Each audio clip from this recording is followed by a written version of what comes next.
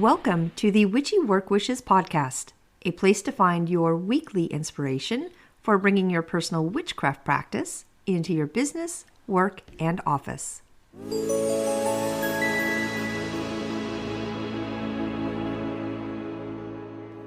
Welcome to Witchy Work Wishes. I am your host, Charlene, and today you're joining me for episode number 31, just a quick episode about witchy moms.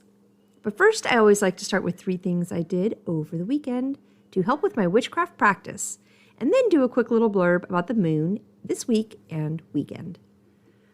So, oh my goodness, over this past weekend, I had the most amazing, magical Mother's Day weekend. Not with my witchcraft practice, but with my family. And the fact that it was spent at Disneyland made everything even more special. I walked a zillion miles, don't we all at theme parks? I ate amazing food, and I went on rides that made my face hurt from smiling so much. But nothing was more valuable to me than to be with my 2 boys and my mom and share our time together for the amazing 4 days in Southern California. My heart is so full right now, and I soaked up as much love and energy as I could with all of the amazing vibes that everyone was sharing. My beautiful 2 boys are in their 20s now and both off in college doing their own thing. So life as a mom changed when I became an empty nester. Not for the worse, not for the better, just different. So when the 3 of us are actually together again, I value every second, every moment I get to be with them. So I started this week off with my heart and soul full of love. You know, that deep, unconditional, I love you always type of love that resonates down to our bones. So the moon this week, well, we have a gorgeous dark moon on Thursday and a new moon on Friday and Saturday. Well, what can we do? Do you work with, or would you like to work with Hecate? Maybe the Morrigan? Or if you are all about the new energy that is coming over the weekend, it's a good time to go within and connect to our intuition. It's about setting our intentions and our goals for the coming weeks. The new moon is not a time to give up or end something, but it is a great time to create newness and start something. All right, well, let's switch over to today's topic.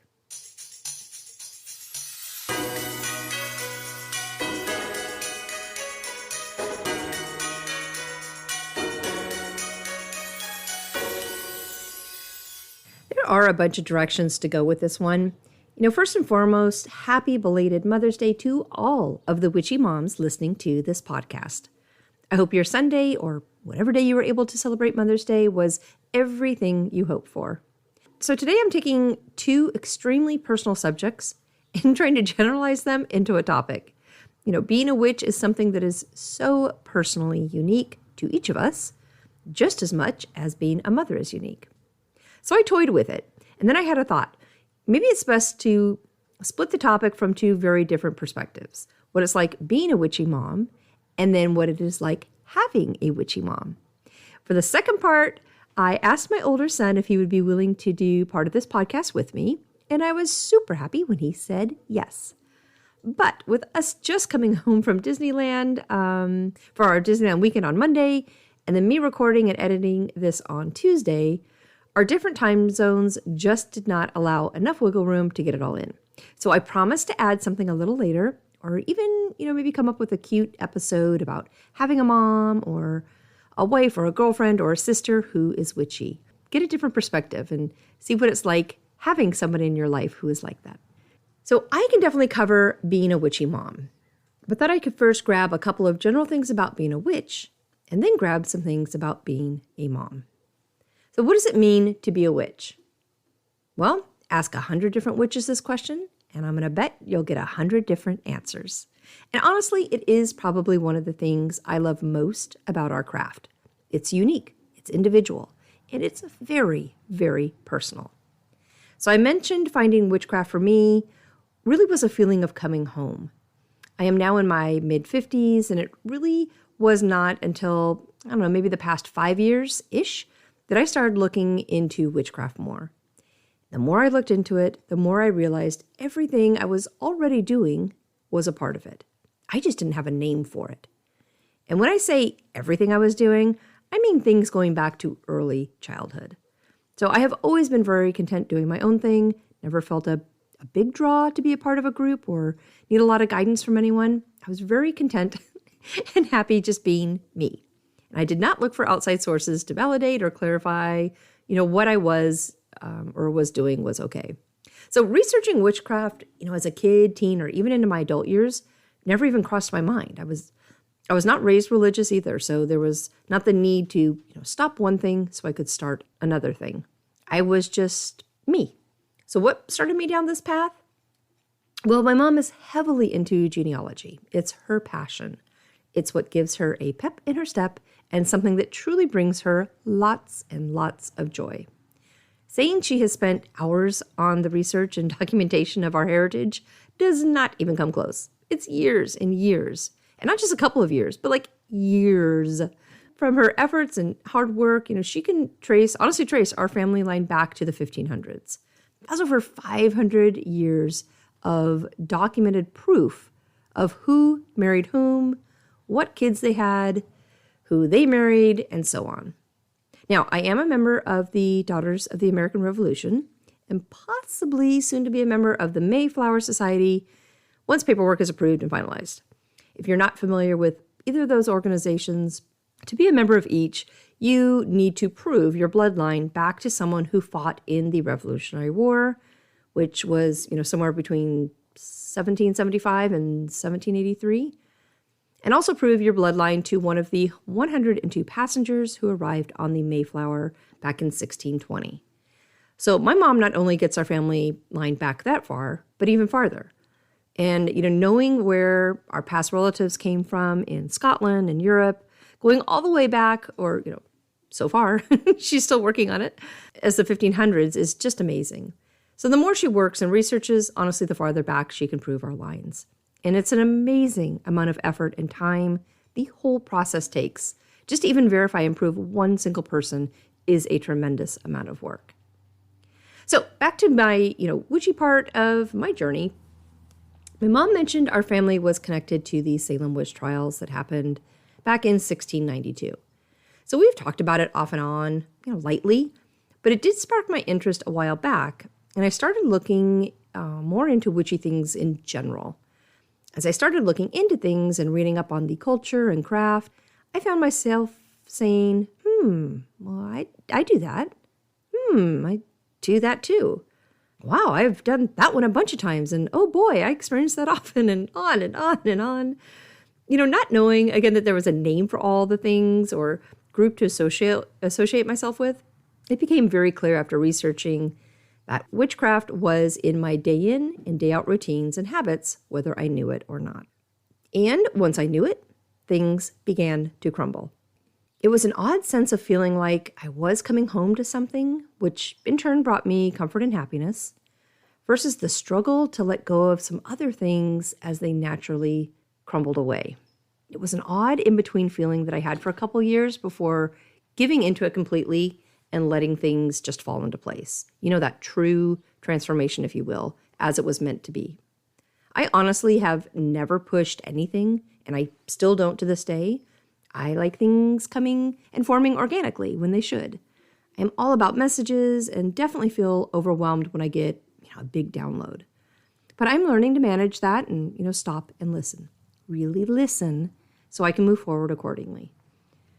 Just like with daily work, religion, gods and goddesses have been pretty absent in my life. And while I might be attracted to some, I really like Freya, the Morrigan, Hestia, and Hecate, I would never say, okay, now it's time, without getting some type of sign or signal first. Something that gently pushes me in their direction. Like last weekend, not this Disney last weekend, but the one before, my sign info download was so entirely crippling. And so much so that I was actually sick on Sunday, all day. And if you've not listened to that podcast, it's part 3 of our 3-part series on Crow and Raven magic. At the beginning, I mentioned all of the things that happened on Friday, May 5th, which at the time I didn't see. But the next day on Saturday, it hit me what was going on. May is the 5th month. Friday is the 5th day of the week. And the 5th of the month fell on Friday. So we had 555, which in numerology is all about change that is coming, a transformation. I also had a beautiful all black kitten for fostering dropped off to me on Friday.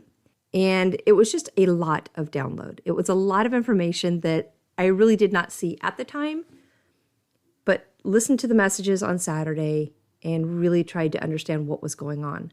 I got a black crow feather on Saturday to give me another sign, another signal, and it was just constantly 2 days worth of information. But I'm being better. I'm listening, and I'm trying to adjust. So that brings us to today. And like all of us in the craft, it's always changing. I'm constantly learning new things and incorporating parts that serve my needs at the time. Those parts are free to go when I no longer need them. And when something else starts being, that squeaky wheel type of energy that is needed, I will turn my focus to it.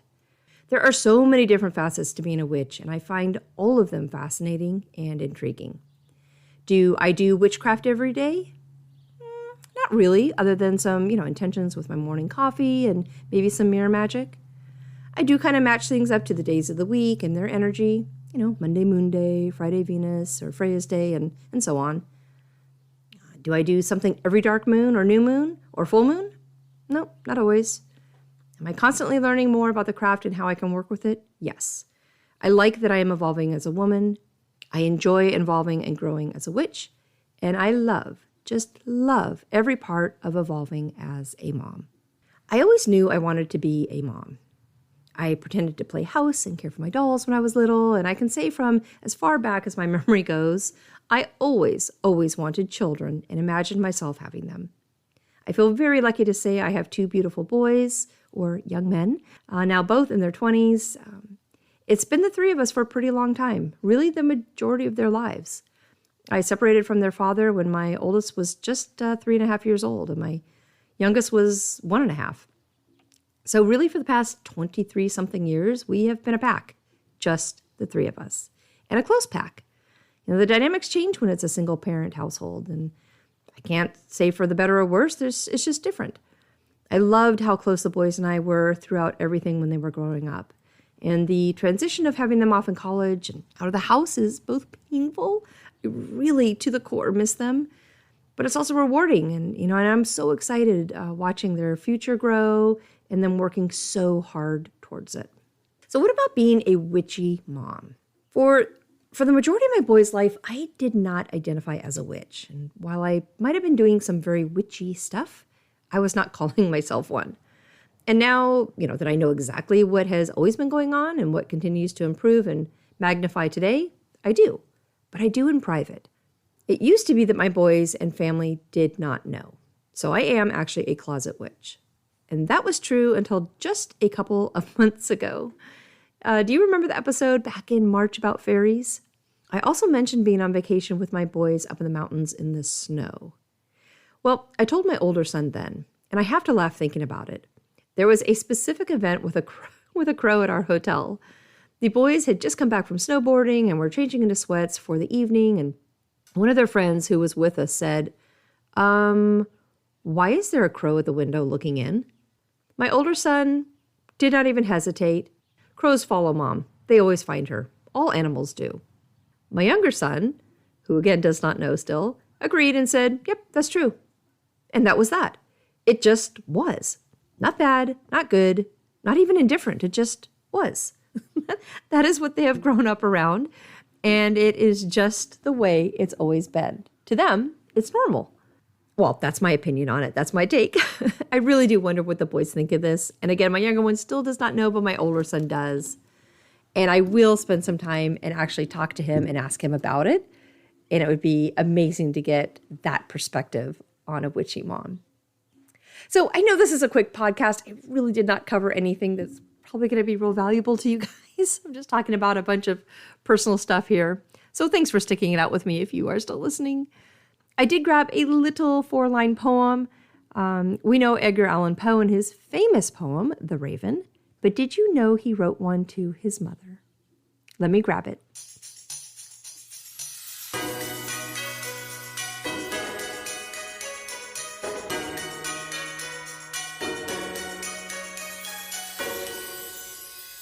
Okay, Edgar Allan Poe, To My Mother. Because I feel that, in the heavens above, the angels, whispering to one another, can find, among their burning terms of love, none so devotional as that of mother. Well, thank you so much for joining me on this quick and fast episode about witchy moms. I certainly didn't go in deep, but this is all I have time for, and I just wanted to get something out there for everyone. I hope you have an amazing new moon. I hope you have a great rest of your week and weekend, and I will talk with you next week.